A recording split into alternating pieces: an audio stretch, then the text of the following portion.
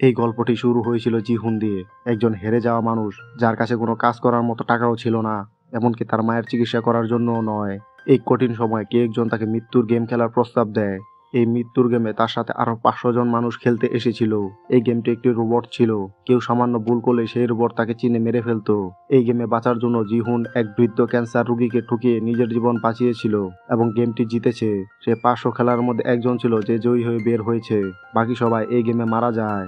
Game জেতার পর সে অনেক টাকা পায়, কিন্তু সে টাকায় হাতও দেয় না, কারণ তার মনে হয়েছে গেমে আসা 500 জনই তার কারণেই মারা গেছে।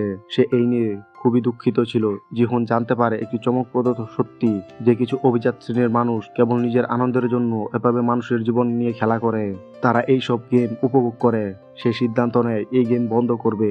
পরে আমরা দেখি জুনহুকে, একজন পুলিশ অফিসার যার ভাই পালিয়ে গিয়েছিল, তার ভাইকে খুঁজতে গিয়ে জুনহু তার ভাইয়ের রুমে একটি স্কুইড গেমের কার্ড খুঁজে পায়। সে জানতে পারে এই গেমে কি ধরনের নৃশংসতা হয়। হারা মানুষদের নির্মমভাবে হত্যা করা হয়, আর যারা প্রথম শটে বেঁচে যায় তাদের অর্থ প্রত্যঙ্গ কেটে বিক্রি করা হয়। জুনহু ধরা পড়ে কুইড গেম চালানো ফ্রন্টম্যানের হাতে, আর দর্শকরা তার সাথে চমকে যায় যখন জানা যায় ফ্রন্টম্যান আসলে জুনহুর ভাই, যাকে খুঁজতে সে দ্বীপে এসেছিল। সিজন 2-তে স্কুইড গেমের বিজয়ী জিনহু আবারও দেখা হয়। সে বুঝতে পারে এই ভয়ানক গেম আবার চালু হচ্ছে, যেখানে মানুষ আবার মারা যাবে, এবং এবার সে এটা হতে দিতে চায় না। তাই সে সিদ্ধান্ত নেয় তার সব টাকা ও ক্ষমতা ব্যবহার করে সে এই গেম বন্ধ করবে, এবং সে খেলোয়াড়দের গেমের আয়োজকদের বিরুদ্ধে যুদ্ধ করতে প্ররোচিত করে। পরিকল্পনা অনুযায়ী খেলোয়াড়রা ভান করে নিজেদের মধ্যে মারামারি করে, এবং যখন গার্ডরা আসে তাদের থামাতে, তারা গার্ডদের উপর আক্রমণ করে অস্ত্র কেড়ে নেয়। তারপর তাদের হাতে অনেক অস্ত্র চলে আসে, যেগুলো দিয়ে তারা যুদ্ধ চালাতে থাকে। এই অস্ত্র দিয়ে তারা গেমের সংগঠকের বিরুদ্ধে লড়াই শুরু করে, এবং পুরো এক যুদ্ধের মতো পরিবেশ তৈরি হয়। খেলোয়াড় ও গার্ডদের মধ্যে তীব্র গুলি ও মারামারি শুরু হয়। এই লড়াইয়ে জিহুন তার বন্ধু কন্ট্রোল রুম পর্যন্ত পৌঁছে যায়, কারণ তাদের সেখানে গিয়ে গেম চালানো কর্তৃপক্ষকে হত্যা করতে হতো, কিন্তু তারা কন্ট্রোল রুমে ঢোকার কোনো পথ খুঁজে পায় না। এখন তাদের গুলিও ফুরিয়ে গেছে। ফ্রন্টম্যান, যিনি এই গেমের একজন গুপ্তচর, সে তাদের ধোঁকা দিয়ে বারবার হারিয়ে দেয়। অবশেষে সে ফ্রন্টম্যানের বেশে জিহুনের সামনে আসে এবং জিহুনের চোখের সামনে তার বন্ধুকে হত্যা করে। জিহুন এখন সত্যি পরাজয় অনুভব করে, এবং সিজন 2 এখানেই শেষ হয়। সিজন 3 শুরু হয় এই যুদ্ধ দিয়েই, এবং জানা যায় যে খেলোয়াড় এখন পর্যন্ত গার্ডদের কাছে আত্মসমর্পণ করেছে। এই যুদ্ধের পরে মাত্র 60 জন খেলোয়াড় জীবিত থাকে, এবং এই যুদ্ধে অনেক গার্ড মারা যায়। এই যুদ্ধের পর জিহুনকে হাতকড়া পরানো হয় এবং বসিয়ে রাখা হয়, এবং তাকে গেম ছাড়া অন্য কোনো কাজে অংশ নিতে দেওয়া হয় না। এখানে সবাই তার সামনে নিজের পরাজয়ের জন্য শোক প্রকাশ করে এবং বলে যে তার হেরেছে লির কারণে। লি অস্ত্র আনতে নিচে গিয়েছিল, কিন্তু ভয়ে উপরে উঠতে পারেনি। এভাবে তারা অস্ত্র ছাড়া হয়ে পড়ে এবং যুদ্ধে হেরে যায়। এখানে জাদুকরও আসে এবং জিহুনকে অনেক খোঁচায়, বলে আমি বলেছিলাম না কিছু হবে না। রাগে জিহুন তার গলা চেপে ধরে এবং শ্বাসরোধ করতে শুরু করে। সবাই মিলে জাদুকরকে বাঁচায়, কিন্তু জিহুনের রাগ ছিল তীব্র। সে পুরো রাত লির দিকে তাকিয়ে কাটায়, এবং লিউ তার চোখে দেখে ভয় পেতে শুরু করে। ঠিক আছে, ভোটিং আবার শুরু হলে দেখা যায় বেশিরভাগ খেলোয়াড় গেম চালিয়ে যেতে চায়। জিহুন আবার দুঃখী হয়। ঠিক আছে, এবার গেম খেলতে হতো। সকালে তারা যখন গেমের রুমের দিকে যাচ্ছিল, করিডোর দিয়ে যাওয়ার সময় তারা দেখে সেই সব মানুষদের মরদেহ ঝুলছে যারা গতকাল যুদ্ধে মারা গিয়েছিল, এবং এই দৃশ্য সবার মনে ভয় ঢুকিয়ে দেয়। ঠিক আছে, গেম রুমে যাওয়ার পর গেমের নিয়ম ব্যাখ্যা করা যায়। এখানে একটি বল রাখা ছিল, যার মধ্যে 2টি রঙের ছিল, একটি লাল আর একটি নীল। প্রত্যেককে একটি বল নিতে হতো। যে ধরনের বল হাতে আসবে সেই দলের সদস্য হবে। লাল বল যারা পাবে তারা হবে রেড টিম, আর নীল বল যারা পাবে তারা হবে ব্লু টিম। অন্যদিকে আমরা দেখি নুউলকে, যে গার্ড, যে গত সিজনে ইচ্ছাকৃতভাবে খেলোয়াড়দের মেরে ফেলতো যাতে গেম সংগঠকরা তাদের অঙ্গ প্রচার করতে না পারে, আর সে একজন খেলোয়াড়কে হত্যা করেনি। গার্ডরা তাকে মৃতভাবে অঙ্গ প্রত্যঙ্গ অপ্রসঙ্গ কক্ষে নিয়ে যায়। তখন নুউল সেখানে আসে এবং গার্ডদের গুলি করে মেরে ফেলে, এবং ডাক্তারকে বলে তাকে চিকিৎসা করতে, এবং হুমকি দেয় যদি না করে তাহলে তাকেও মেরে ফেলবে। এখন গেমের মধ্যে 2 দল গঠিত হয়ে যায়। জানা যায় এক ধরনের লুকোচুরি খেলা। গেম গার্ডরা জানায় ব্লু টিমকে এই মুহূর্তে লুকাতে হবে, এবং রেড টিম ব্লু টিমকে খেলোয়াড় খুঁজে বের করে হত্যা করবে। প্রত্যেক রেড টিম সদস্যের জন্য বাধ্যতামূলক, তবে কমপক্ষে একজন ব্লু টিম সদস্যকে হত্যা করতে হবে, না হলে যার হাতে হত্যা হবে না তাকে গেম শেষে মেরে ফেলা হবে। রেড টিমে সকল খেলোয়াড়দের হাতে ছুরি দেওয়া হয়, অন্যদিকে ব্লু টিমের খেলোয়াড়দের দেওয়া হয় চাবি, যা দরজাগুলোর ছিল। এই দরজাগুলো তাদের লুকানোর জন্য ব্যবহার করা যেত। এই জন্য এই গেমের নাম রাখা হয়েছিল কিস অ্যান্ড নাইফ। আমরা দেখতে পাই জিহুনের হাতে ছিল ছুরি, কারণ সে রেড টিমে ছিল। আর লি, যার প্রতি তার প্রচন্ড রাগ ছিল, সে ছিল ব্লু টিমের, এবং জিহুন তাকে হত্যা করতে পারতো, এই জন্য লি খুব ভয় পাচ্ছিল। এবার আমরা দেখি জুনহু বর্তমান স্কুইড গেমের দ্বীপ খুঁজছে। তার ব্যর্থতার বড় কারণ হলো তার সঙ্গী, যে তাকে ভুল পথে পরিচালিত করছে। কারণ যে মানুষটি আসলে তার ভাই হু, অর্থাৎ ফ্রন্টম্যানের পাঠানো লোক, ইনহু বিশেষ পরিকল্পনা পরিকল্পনায় এই লোককে জুনহুর সাথে দিয়েছে যাতে তার ভাইকে বাঁচানো যায়। দ্বীপটি গোপন রাখা হয়। ঠিক আছে, এবার গেমের দৃশ্য দেখানো হয়। ব্লু টিমের সব খেলোয়াড় চিৎকার করছে কারণ তাদের মারার সম্ভাবনা বেশি। তখন গেম গার্ডরা বলে যদি কেউ চায় তাহলে রেড টিমের কাউকে বদলে নিতে পারে। বেশিরভাগ খেলোয়াড়ই এটা করার চেষ্টা করে কিন্তু ব্যর্থ হয়। এখন গেম গার্ডরা বলে ব্লু টিমের সবাইকে প্রথমে গেম এরিয়ায় যেতে হবে। তারা লুকাতে সময় পায়। এই এরিনা ছিল এক ধরনের গোলকদাদার মতো যেখানে অনেক ঘর ছিল এবং সেগুলোর দরজা লক ছিল। তাদের একটি দরজা চাবি দেওয়া হয় এবং সঠিক দরজা খুঁজে লুকাতে হয়। এখানে দেখা যায় ড্যানি যে গর্ভবতী ছিল তাকেও এখানে সাহায্য করছে কেট ও ইয়াং। এখন দেখা যায় রেড টিমের সব সদস্য প্রবেশের জন্য প্রস্তুত আর জি হুন লিকে হত্যার ধ্বংসাত্মক চিন্তায় মগ্ন। লি এটা জানতো, তাই সে যত দ্রুত সম্ভব লুকাতে চাচ্ছিল নিজেকে বাঁচাতে।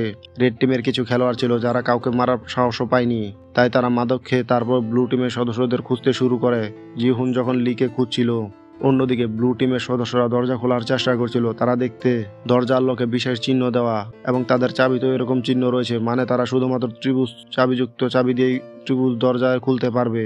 এখানে আমরা দেখি কেট, ইয়াং ও ড্যানির কাছে 3 রকমের চাবি আছে। তারপর এটা দেখে খুশি হয় কারণ এখন তারা যে দরজা খুলতে পারে এবং নিজের জীবন বাঁচাতে পারবে। তারা এমন একটি বিশেষ দরজাও খুলতে পারে যেটি খুলতে সব 3 ধরনের রকমের চাবি লাগে। তারা সেখান থেকে সরাসরি তাদের জীবন বাঁচাতে পারে এবং এভাবেই ড্যানিকে আর কষ্ট করে কাজ করতে হয়নি। এখন তারা দুজনকে কুটিতে বিশ্বাস করে এবং তাদের দিয়ে চাবিগুলো দেয় যাতে সে দ্রুত বিশেষ দরজাগুলো খুঁজে বের করে আবার ফিরে আসতে পারে। এখন এই 3 জন এখান থেকে পালিয়ে যাচ্ছিল। হঠাৎ করে ড্যানিলার পা পিছলে যায় এবং তার পেটে চোট লাগে। এদিকে রেড টিমের একজন সদস্য এখানে এসে হাজির হয় এবং সে হুমকি দেয় এই 3 জনের মধ্যে একজনকে মেরে ফেলবে। এখানে কেটি তার সঙ্গে লড়াই করে এবং তাকে মেরে ফেলে এবং তারপর সে ড্যানিকে সাপোর্ট দিয়ে এগিয়ে যেতে থাকে। এখানে এমনও 2 জন ছেলে ছিল যারা তাদের টার্গেট পূরণ করেছিল, কিন্তু তারা সিদ্ধান্ত নেয় যে তারা আরো মানুষকে হত্যা করবে যাতে খেলোয়াড় কমে এবং তারা অর্থের পরিমাণ বেশি হয়। এখানে দেখা যায় গিন হুন অবশেষে লিকে দেখে এবং তাকে তাড়াতাড়ি করে হত্যা করার জন্য পিছনে ছুটে যায়, কিন্তু পরে দেখে সে আসলে লি নয় বরং তার মতো দেখতে আরেকজন ছেলে। লি আবারও বারবার তার কাছ থেকে পালিয়ে যাচ্ছে। লি এখন গি হুনের হাত থেকে বাঁচতে পালিয়ে যাচ্ছে। তখন রেড টিমের আরেক সদস্য তাকে ধরে ফেলে এবং তার পায়ে ছুরি মারে, কিন্তু সাহস তাকে মারার আগেই লি তাকে লাথি মেরে এখান থেকে পালিয়ে যায়। এখানে আমরা দেখি ড্যানের প্রফেসরের সময় চলে এসেছে এবং তারা তাকে এখানে একটা রুমে নিয়ে যায় এবং প্রসব করানোতে সাহায্য করে। দেখানো হয় ড্যানি একটি কন্যা সন্তানের জন্ম দেয়, যেটা দেখে তারা খুব খুশি হয় এবং এখানে জ্যাং একটি চুলে লুকিয়ে রাখা ছুরি দিয়ে ড্যানির নাড়ি কেটে দেয়। অন্যদিকে ফ্রন্টম্যান একটি কল পায় তার গুপ্তচর থেকে। জুনহু তার ভাই এখানে কুইট গেমের দ্বীপ খুঁজতে বের হয়েছে। সে তার ইচ্ছা থেকে পিছিয়ে আসছে না, তাই ফ্রন্টম্যান তাকে বলে যে যাই হোক না কেন তাকে দ্বীপে আসতে দিও না, আর যদি তারা কোনোভাবে পৌঁছে যায় তাহলে সবাইকে মেরে ফেলো। অন্যদিকে যাকে নুয়েল বাঁচাতে চেয়েছিল সেই লোকটির জ্ঞান ফিরে আসে। নুয়েল তার পরিচয় লুকাতে চায় তার থেকে, তাই সে মুখোশ পরে, কিন্তু নুয়েল সে ডাক্তারকে মেরে ফেলে যেহেতু লোকটি জ্ঞান ফিরে পায়, যাতে লোকটি ওই ডাক্তারের ছদ্মবেশ নিতে পারে। এই লোকটি আসলে নুয়েলের বন্ধুর বাবাই ছিল এবং সে মেয়েটিরও। লোকটি বিরক্ত, রক্ত ক্যান্সার ছিল এবং সে চিকিৎসার জন্য টাকা জোগাড় করতে এখানে এসেছিল। যাই হোক, দৃশ্য আবার গেমে ফিরে আসে যেখানে দেখানো হয় জুহুন খুব রেগে গিয়েছে। এই সময় একজন তান্ত্রিক জুনহুর সামনে আসে এবং যাকে সে রেগে মেরে ফেলতে যাচ্ছিল, তখন তান্ত্রিক তাকে বলে তুমি লিকে মারতে চেয়েছিলে তাই তো, আমি তাকে উপরে যেতে দেখেছি, তার পা ভীষণভাবে আহত হয়েছে, সে খুব বেশি দূরে যেতে পারেনি। এটা শুনে জিনহু তার পেছনে যায় এবং সেখানে তাদের মধ্যে ভয়ঙ্কর এক লড়াই চলে। অবশেষে জিনহু লিকে মেরে ফেলে। লিকে ফাঁদে ফেলার পরও তান্ত্রিক বাঁচতে পারে না কারণ সেখানে আরেকজন লোক আসে এবং তাকে মেরে ফেলে। ড্যানি উইয়েং আনতে বাঁচাতে গিয়ে ক্যাট নিজেকে উৎসর্গ করে। তাদের দুজনেই তাতে খুব খারাপ রকমের ধাক্কা লাগে।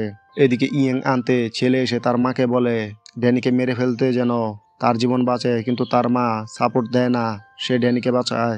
যখন এই ছেলে ড্যানিকে মারতে যাচ্ছিল তখন ড্যানির উপর জোরও করতে যাচ্ছিল, কিন্তু ঠিক সেই সময় গেমের সময় শেষ হয়ে যায় এবং গার্ডরা এসে ছেলেটিকে গুলি করে মেরে ফেলে। লাশগুলো সেখান থেকে সরিয়ে নেওয়া হয় তার মায়ের সামনে এবং সবাইকে লাউঞ্জে নিয়ে যাওয়া হয়। সেখানে জিনহুকে বাঁধা অবস্থায় দেখানো হয় এবং সবাইকে তাদের যেটা টাকা দেখানো হয় সেটা খুব বড় অঙ্ক ছিল। সবাই ভালো পরিমাণ অর্থ পাচ্ছিল। রং সবাইকে অনুরোধ করতে থাকে গেম বন্ধ করার জন্য ভোট দিতে। এখন আর লোক করো না, সবাই জীবন বাঁচবে, নিজের জন্য না হোক অন্তত ড্যানি আর ছোট মেয়েটার মায়া করো, যে জন্মের সঙ্গে সঙ্গে এই গেমের অংশ হয়ে গেছে কিন্তু কেউ তার কখনো শুনেনি। অনেকে ভোট দেয় গেম চালিয়ে যাওয়ার জন্য এবং ইয়েং পুরোপুরি ভেঙে পড়ে এই সিদ্ধান্তে যে রাতে ড্যানির মেয়েকে আদর করে তারপর জিনহুর কাছে আসে এবং তার কাছে একটি প্রতিজ্ঞা চায় যে তুমি গেমটা শেষ পর্যন্ত খেলবে যাতে তুমি ড্যানি আর এই মেয়েকে সাহায্য করতে পারো। এই প্রতিজ্ঞা নিয়ে সে এখান থেকে চলে যায়, বরং রাতে আত্মহত্যা করে, অর্থাৎ নিজের জীবন শেষ করে দেয়। এবং তার এই কাজ সবার উপর গভীর প্রভাব ফেলে। যাই হোক, পরবর্তী গেমের সময় আসে। গেমটা সহজ ছিল, তাদের একটা উঁচু জায়গা থেকে ঝাঁপ দিতে হবে এবং তারপর ব্রিজ পেরোতে হবে। সামান্য ভুলেও তাদের জীবন চলে যেতে পারতো। একজন একজন করে সবাই এটা পার হতে শুরু করে। অনেক ভিআইপি এই গেম দেখতে এসেছিল, তারা খেলোয়াড়দের আচরণ লক্ষ্য করছিল এবং তাদের গালিগালাজ করছিল। অন্যদিকে অবশেষে জিনহুর জীব খোঁজার কাজ শেষ হয়, কারণ এবার সে দ্বীপের পাশে থাকা পাহাড় চিনে ফেলে। এটা সেই পাহাড় যেখানে থেকে তার ভাই গত সিজনে তাকে গুলি করেছিল। যাই হোক, দৃশ্য আবার গেম ফিরে আসে এবং দেখা যায় এক ছেলে খুব খারাপভাবে হোঁচট খাচ্ছিল। সে ব্রিজ ধরে নিজেকে বাঁচার চেষ্টা করছিল, কিন্তু কোনো লাভ হয়নি। অবশেষে সে নিজেকে সামলাতে পারেনি, পড়ে যায় এবং মারা যায়। তার পিছনে থাকা সবাই সতর্ক হয়ে যায়, ভয় এবং ধীরে ধীরে লাফ দিয়ে ব্রিজ পার হতে থাকে। ভিতরে বসে থাকা ভিআইপিরা নির্ধারণ করে যে ড্যানির মেয়েটিকেও একজন খেলোয়াড় হিসেবে গণ্য করা হবে এবং তাকেও খেলতে হবে। এখন সে কিভাবে খেলবে? এখানে আবার ড্যানি জিনহুর কাছে সাহায্য চায় এবং জিনহু তাকে সাহায্য করতে রাজি হয়। সে তার জ্যাকেট খুলে একটা শিশু ক্যারিয়ার বানায় এবং শিশুটিকে নিজের কোলে বেঁধে গেম খেলতে শুরু করে। সবাই যখন ব্রিজ পার হচ্ছিল তখন একসঙ্গে লাফ দেওয়া সবার জন্য খুব কঠিন ছিল। কেউ পড়ে গেলে তাকে নিজেকে বাঁচাতে হতো। নিজেকে বাঁচাতে সে আরেকজনকে ধরে ফেলতো এবং এতে আরেকজনও তার সঙ্গে পড়ে মারা যেত। এমনকি কেউ কেউ নিজেকে বাঁচাতে অন্যকে ঠেলে নিচে ফেলে দিত। এভাবে গেম চলছিল নিজেকে বাঁচানো। জিনহুর তার সামনে থাকা আরেকজনকে ফেলে মেরে, কারণ এই লোকটি খুব কাপুরুষ ছিল এবং অনেকক্ষণ তারপর আটকে রেখেছিল। এবং অবশেষে সে জিনহুর ব্রিজ পার হয়। শেষে ছিল ড্যানি, যে এই ব্রিজ পার হতে পারেনি, বরং গেমের শেষে সে মারা যায়। যার মৃত্যু দেখে দূর থেকে জিনহু পুরোপুরি ভেঙে পড়ে। এখানে ভিআইপিরা সিদ্ধান্ত নেয় এখান থেকে বাচ্চাটা শুধুমাত্র জিনহুর সঙ্গেই খেলবে। অন্যদিকে নো উইল, যে দ্বীপ থেকে পালাতে চাইছিল, তাকে মুখোশধারী অফিসার খেয়াল করে এবং তাকে থামাতে গার্ডরা তার উপর আক্রমণ করে। এখন গেম শেষে বাকি সব খেলোয়াড়রা আবার লাউঞ্জে ফিরে আসে। এখানে খেলোয়াড়রা জানতে পারে ড্যানির মৃত্যু হলেও তার অংশের টাকা তার মেয়ের কাছে সংরক্ষিত থাকবে এবং সেটা এই খেলোয়াড়দের দেওয়া হবে না। তখন সবাই খুব রেগে যায়, এমনকি তার এই নিরীহ শিশুটিকে মারার পরিকল্পনা করে। কিন্তু গার্ডরা শিশুটির জীবন বাঁচিয়ে ফেলে। তবে খেলোয়াড়দের জন্য শিশুটি বেঁচে থাকা সুখকর ছিল না, তাই তারা সিদ্ধান্ত নেয় জিহুনকে মেরে ফেলবে এবং সেই শিশুটিকেও গেমের পরেই শেষ করে দেবে। এখন এটাই স্পষ্ট যে গেমের লোকেরা অর্থাৎ ফ্রন্টম্যান তাদের উপর নজর রাখছিল, যে এইসব কাজে ফাইনাল রাউন্ডের আগে ফ্রন্টম্যান জিনহুকে অফিসে ডাকে এবং দেখা করতে, এবং জিনহু অবাক হয়ে যায় দেখে ফ্রন্টম্যান আর কেউ নয়, ইনহু, যাকে সে গেমের শুরু থেকে তার বন্ধু ভেবেছিল এবং যার জন্য তার সহানুভূতি ছিল। গেমের লোকেরা তার মৃত্যুর খবর নিশ্চিত করেছিল এবং জিনহু এই খবর শুনে দুঃখ পেয়েছিল, কিন্তু এখন তাকে ফ্রন্টম্যান রূপে দেখে জিনহুর সবার উপর থেকে বিশ্বাস উঠে যায়। ফ্রন্টম্যান জিনহুকে বলে, আমি তোমাকে এখানে ডেকেছি একটা ড্রিল নেওয়ার জন্য। সে তাকে জানায় যে সব খেলোয়াড় এখন তোমাকে এবং এই মেয়েটিকে মারার পরিকল্পনা করছে, তাই আমি তোমাকে একটু অফার দিচ্ছি। আমি তোমাকে অফার করছি যে এই ফাইনাল রাউন্ডের আগে সবাইকে মেরে ফেলো, আমি তোমাকে এই সব পুরস্কারের টাকা এবং শিশুটিকে দিয়ে দিব।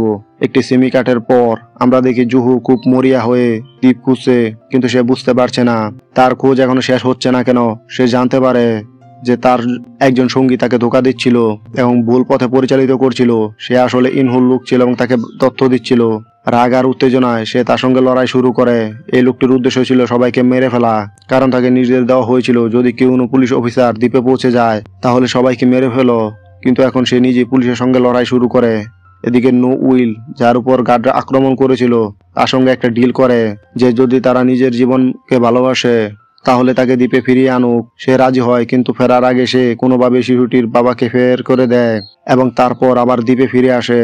একটি গোপন ঘরে ঢুকে অফিসারদের গুলি করে। সে পয়েন্ট নিয়ে কিছু অফিসারকে মেরে এবং 3 জনকে সঙ্গে লড়াই করে অফিসারদের বাধ্য করে প্রমাণ মুছে ফেলতে। এই লোক এখানে এসেছিল এবং এখান থেকে পালিয়ে গেছে এবং তারা মিশনে সফল হয়। এখানে রাতে দেখানো হয় জিনু এখনো সিদ্ধান্ত নিতে পারছে না সে কি করবে। সে কি সত্যি খেলোয়াড়দের মারবে? এই দোটানায় সবার খাটে খাটে যায় ছুরি হাতে, কিন্তু কাউকে মারার আগে তার বিবেক তাকে বাধা দেয়, বলে সে খুনি নয়। এইভাবে সে সবার উপর হামলা করার সিদ্ধান্ত নেয় না। এই সময় জোহানকে খুব মনোযোগ দিয়ে লক্ষ্য করছিল ইনহু এবং সে তার অতীতকে মনে করছিল, যখন 2015 সালে গেম তাকেও এই প্রস্তাব দেওয়া হয়েছিল এবং সেও এই প্রস্তাব গ্রহণ করেছিল এবং সবাইকে মেরে ফেলেছিল। কিন্তু এখন জোহানকে দেখে সে বুঝতে পারে যে সব মানুষ তার মতো লোভী নয়। এরপর আসে পরবর্তী দিন এবং আরেকটি নতুন খেলা শুরু হয়। এই খেলাটি আগের খেলার চেয়েও অনেক বেশি অদ্ভুত ছিল। এখানে জাহাজের 3টি টাওয়ার তৈরি করা হয়েছিল, যেগুলোর উপর উঠে খেলোয়াড়দের তাদের নিজেদের সাথীদের ধোঁকা দিয়ে বাঁচতে হতো এবং সবাইকে টাওয়ার থেকে নিচে ফেলে দিতে হতো। এখানে জ্যাক সবাইকে জানিয়ে দেয় যে এই ছোট মেয়েটির জৈবিক পিতা এবং এখান থেকে তাকে বাঁচানোর ব্যাপারে চিন্তিত। তাকে বাঁচাতে প্রথমে সে একটি রড তুলে নিয়ে এক বৃদ্ধ লোককে ধাক্কা দিয়ে ফেলে দেয় এবং একইভাবে অন্যরা পুরুষদেরও মারতে শুরু করে। অন্য লোকেরাও নিজেদের বাঁচাতে একে অপরের সাথে যুদ্ধ শুরু করছিল এবং যে কেউ অন্য একজনকে নিচে ফেলে দিতে সক্ষম হচ্ছিল সে একটি রড রাউন্ড জিতে যাচ্ছিল, যাকে বেশিরভাগ মানুষকে মেরে নিচে ফেলে দিচ্ছিল যেন তার পুরস্কার টাকা বাড়ে। এইসব রাউন্ডের মাঝে একজন লোক নিজের প্রাণ বিসর্জন দেয় এই শিশুটিকে বাঁচাতে। এরপর আবার জ্যাক একটি ছুরি নিয়ে এক ব্যক্তির উপর আক্রমণ শুরু করে এবং তাকে মেরে নিচে ফেলে দেয়। একজন করে সবাই মারা যায়, জ্যাক ও জোন বেঁচে যায়। জ্যাক জোনকে বলে, দেখো তুমি আমাকে এই শিশুটিকে দাও, আমি তাকে নিচে নামিয়ে দেবো এবং কিছুই করব না। কিন্তু জোন এই শিশুটিকে অনেক ভালোবাসতো, সে তাকে কোনো বিপদে ফেলতে পারতো না। এই শিশুটিকে ঘিরে তাদের মধ্যে একটি মারামারি শুরু হয়। জ্যাকের হাতে ছুরি ছিল, সে চাইলে জোনকে মেরে ফেলতে পারতো, কিন্তু জোন নিজেকেও ও শিশুটিকে বাঁচানোর চেষ্টা করে। এই সময় অবশেষে জ্যাক তার মেয়েকে টেনে ধরে ফেলতে সক্ষম হয়। সে তাকে নিচে ফেলে দিতে যাচ্ছিল। সব ভিআইপি তার দিকেই তাকিয়েছিল, তারা মেয়েটির আচরণ লক্ষ্য করছিল। জোহান তাকে বারবার বলছিল, দয়া করে এটা করো না, শিশুটিকে নিচে ফেলো না। শেষ পর্যন্ত জোহান তাকে ধাক্কা দিয়ে শিশুটিকে তার জ্যাকেট ধরে ফেলে। সে চাইলে জ্যাককে বাঁচাতে পারত, কিন্তু সে তা করেনি। অবশেষে জ্যাক নিচে পড়ে মারা যায় আর ফাইনাল রাউন্ডে জোহানকে শিশুটির সাথে দেখা যায়। এই দ্বীপের বাইরে দেখা যায় জিন হু এই দ্বীপে পৌঁছে গেছে। সে সেই লোকটিরও দেখে যাকে লিউ বের করে এনেছিল এবং তাকে উদ্ধার করে। এরপর সে সমস্ত গার্ডদের নিয়ে স্কুইড গেমের লোকদের খোঁজে বেরিয়ে পড়ে। গেমের ফাইনাল রাউন্ডে দেখা যায় জোহানের হাতে ছিল সেই শিশু এবং সে গভীর চিন্তায় মগ্ন ছিল। ভিআইপিরা মানসিক আচরণ পর্যবেক্ষণ করছিল এবং তারা মনে করছিল যে জোহান এই শিশুটিকে হত্যা করে নিজের জীবন পুরস্কারের টাকা বাঁচাবে। কিন্তু কিছু একটা ভেবে জোহান ফাইনাল রাউন্ডের বোতাম চাপ দেয় এবং সব ভিআইপি হতবাক হয়ে অপেক্ষা করতে থাকে যে সে কি করবে। সবাই আশা করছিল যে শিশুটিকে মেরে ফেলবে, কিন্তু জোহান শিশুটিকে একপাশে রেখে নিজের কোনো অভিব্যক্তি না দিয়ে নিজে আত্মহত্যা করে। সে নিজেই চুল্লি থেকে ঝাঁপ দিয়ে নিজের জীবন বিসর্জন দেয়। এতে সব ভিআইপি এমনকি ফ্রন্টম্যানও চমকে ওঠে, যে প্রমাণ করে দেয় যে একজন মানুষ পশু নয়, তার মধ্যে এখনো মানবতা বেঁচে আছে। ভিআইপিরা কখনোই ভাবেনি যে গেম এমন মন নেবে। ফ্রন্টম্যানও জোহানের মৃত্যুর পর খুবই অস্থির হয়ে ওঠে। জোহান ছিল 2টি গেমের বিজয়ী, তার অনেক টাকা ছিল, সে চাইলেই বিলাসবহুল জীবনযাপন করতে পারত, কিন্তু সে তবুও নিজের মধ্যে থাকা মানবতাকে বেছে নেয়, এমনকি ছোট মেয়েটাকে বাঁচাতে নিজেকে বলি দেয়। এখন ফ্রন্টম্যান নিজেকে প্রশ্ন করে, আমার মানবতা কোথায় গেল? সে তো কেবল একটি গেম জিতেছিল। এরপর সে সেখানে ছিল, সেখান থেকে বেরিয়ে আসে এবং গেমের স্থানে আসে এবং ছোট মেয়েটিকে কোলে তুলে নেয়। এটি দেখে সে এখন জোহানের কথা ভাবছিল। এই সময় জিহান হুসু সেখানে প্রবেশ করে। সে অবশেষে তার ভাইকে খুঁজে পায় এবং তার পিছনে বন্দুক তাক করে। সে জানতো না যে তার ভাই একজন মেয়েকে কোলে ধরে আছে। সে তাকে মারতে চাইছিল কারণ সে একজন অপরাধী ছিল, কিন্তু সে তা করতে পারেনি কারণ ইনহো অর্থাৎ ফ্রন্টম্যান ছিল তার ভাই। সে কাঁদতে কাঁদতে শুধু চিৎকার করে বলে, তুমি এসব কেন করলে ইনহো? এখন ইনহো বুঝতে পারে যে পুলিশ এসে গেছে। সে সাথে সাথে আদেশ দেয় এই জায়গাটিকে উড়িয়ে দেওয়ার জন্য, যেন কোনো প্রমাণ না থাকে। অনেকগুলো বোমা বসানো হয় এবং 30 মিনিটের টাইমলাইন চালু করা হয়। সব ভিআইপিরা দ্রুত জায়গা ছেড়ে যাওয়ার প্রস্তুতি শুরু করে। ভিআইপিদের সাথে ফ্রন্টম্যান ও লিওনও এখান থেকে পালিয়ে যেতে সক্ষম হয়। এখন ওই ফ্যামিলিটি ধ্বংস হয়ে যায়, গেম শেষ হয়ে যায় এবং এই ঘটনা 6 মাস পরের দৃশ্য দেখানো হয়। জিন যখন তার বাসায় যায় সে একটি পার্সেল পায়। এই পার্সেলে ছিল সেই ছোট্ট মেয়েটি এবং তার পুরস্কারের টাকা, যেটা জোহান তার জন্য পাঠিয়েছিল কারণ সে মনে করত তার ভাই এটি ভালো জীবন প্রাপ্য এবং সেই মেয়েটিও একটি সুন্দর জীবন পাওয়ার অধিকার রাখে, যা কেবল জিন হোতাকে দিতে পারবে। মুভির পোস্ট ক্রেডিট দৃশ্যে আমরা দেখি ফ্রন্টম্যান নিজেও জোহানের মায়ের কাছে যায়। সে জোহানের মৃত্যুর খবর দেয় এবং তাকে একটি কার্ড দেয়, যেটি ছিল পুরস্কারের টাকা। এরপর যখন সে চলে যাওয়ার জন্য প্রস্তুত হয়, সে রাস্তার এক কোণে একটি মেয়েকে দেখে যে ডাচি গেম খেলছে, লোকদের স্কুইড গেম অংশ নেওয়ার জন্য রাজি করাচ্ছে। এটা থেকে বুঝতে পারে যে যদিও সেই ফ্যামিলিটি শেষ হয়েছে, তবে স্কুইড গেম শেষ হয়নি। এখন এটি পুরো পৃথিবীতে চলবে এবং এবার এটি যুক্তরাষ্ট্রে খেলা হবে। এর মধ্যে বোঝা যায় যে স্কুইড গেমের পরবর্তী সিজন আসবেই, আর এর মধ্যেই এই সিজন শেষ হয়।